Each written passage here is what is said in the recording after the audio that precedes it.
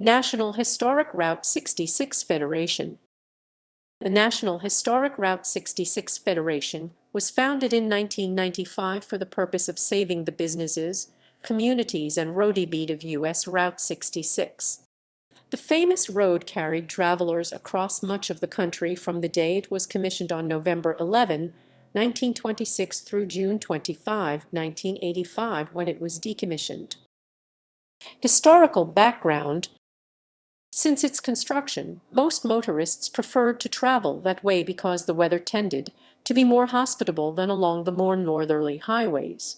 Businesses and entire towns sprung up to cater to the ever-increasing traffic. Although it brought considerable prosperity, the thoroughfare also spawned bumper-to-bumper congestion in the communities and numerous accidents on the rural stretches, leading to the gruesome nickname, Bloody 66.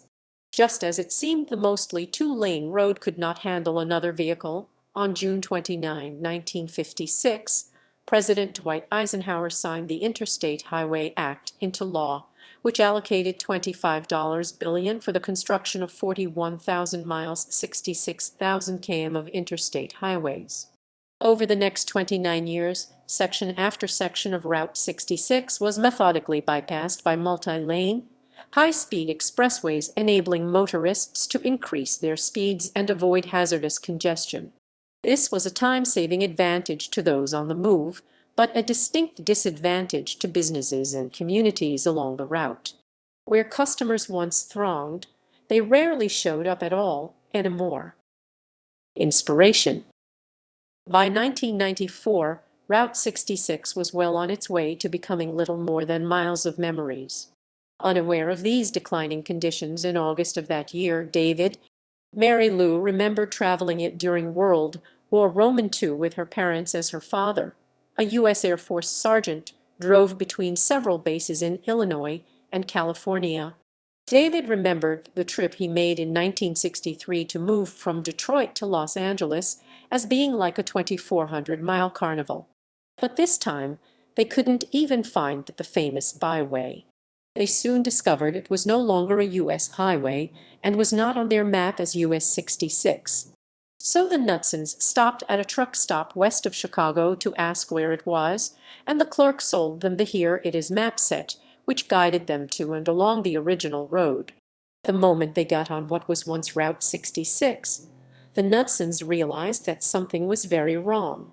The once colorful and often gaudy trading posts, side shows, rare animal displays, motels, and cafes were gone. In their place was mile after mile of roadside that was little more than boarded-up buildings. Many stretches of Road B were poorly maintained or completely closed to traffic. Entire towns that were once bustling tourist meccas were all but shut down.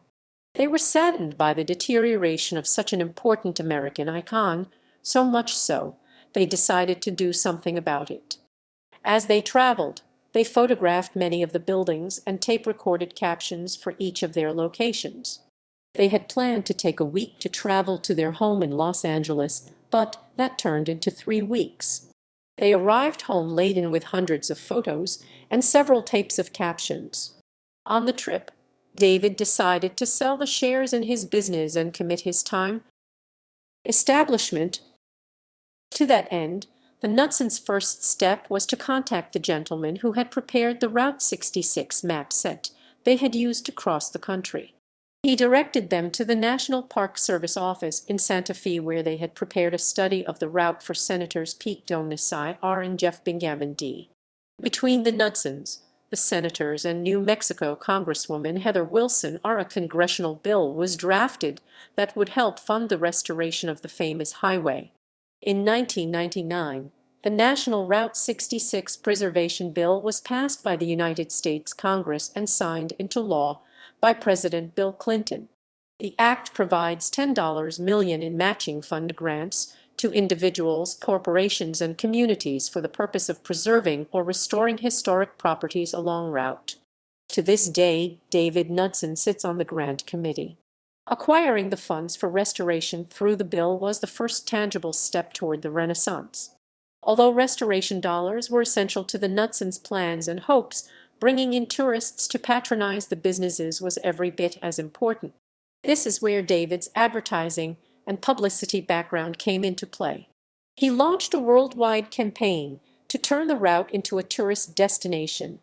To this day, it is estimated that 40% of the business the route generates comes from countries other than the U.S.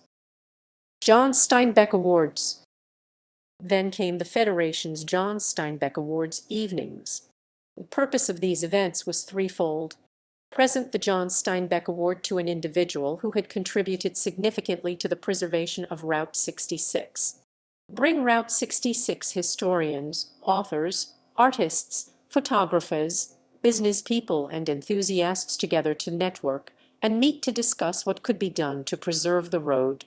Introduce these people to various Route 66 communities and conversely familiarize citizens within these host communities with the importance of the route. The first John Steinbeck Awards evening was scheduled for May 1995 in Oklahoma City.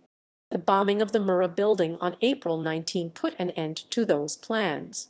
The Federation suffered significant financial loss as a result, and it was not until October 1998 that a John Steinbeck Awards evening took place, this time in Kingman, Arizona. From that year on, the evenings were produced annually in one Route 66 community after another, until the last one in San Bernardino, California, in September 2005. By that time, Route 66 communities were vying to have the evenings, and they would build three-day, community-wide Route 66 celebrations around them. Shortly after that last event, Mary Lou Knutson suffered a debilitating stroke and died 3 years later. She had been the one who managed the myriad of details involved in producing the large events. Promoting Route 66. As the popularity of Route 66 grew around the world, an increasing number of tourists began driving the road and enjoying its history and sights. However, most of them were not enjoying the vintage dining and lodging establishments that were so much the essence of early roadside Americana. The majority of travelers were staying in and eating in chain establishments that were familiar to them. The Knutsons had become acquainted with many of the owners of the vintage businesses and knew that most of their facilities were at least as clean and as well run as the chains. They were also usually much less expensive. In order to introduce the public to the family-owned vintage enterprises, the first Route 66 dining and lodging guide was published in 1999. It was and still is prepared from reviews conducted by the Adopt 100 adopters. The Federation's Adopt 100 program was initially developed to keep an eye on possible preservation problems along the route, such as a bridge, a business, or a stretch of roadbed being closed. Adopters canvassed their 100-mile, 160 km sections once a year, watching for preservation trouble. So, the adopters were asked to review the dining and lodging businesses while they traveled their sections. The current edition is the 15th and includes over 500 mostly vintage businesses. Map Guide.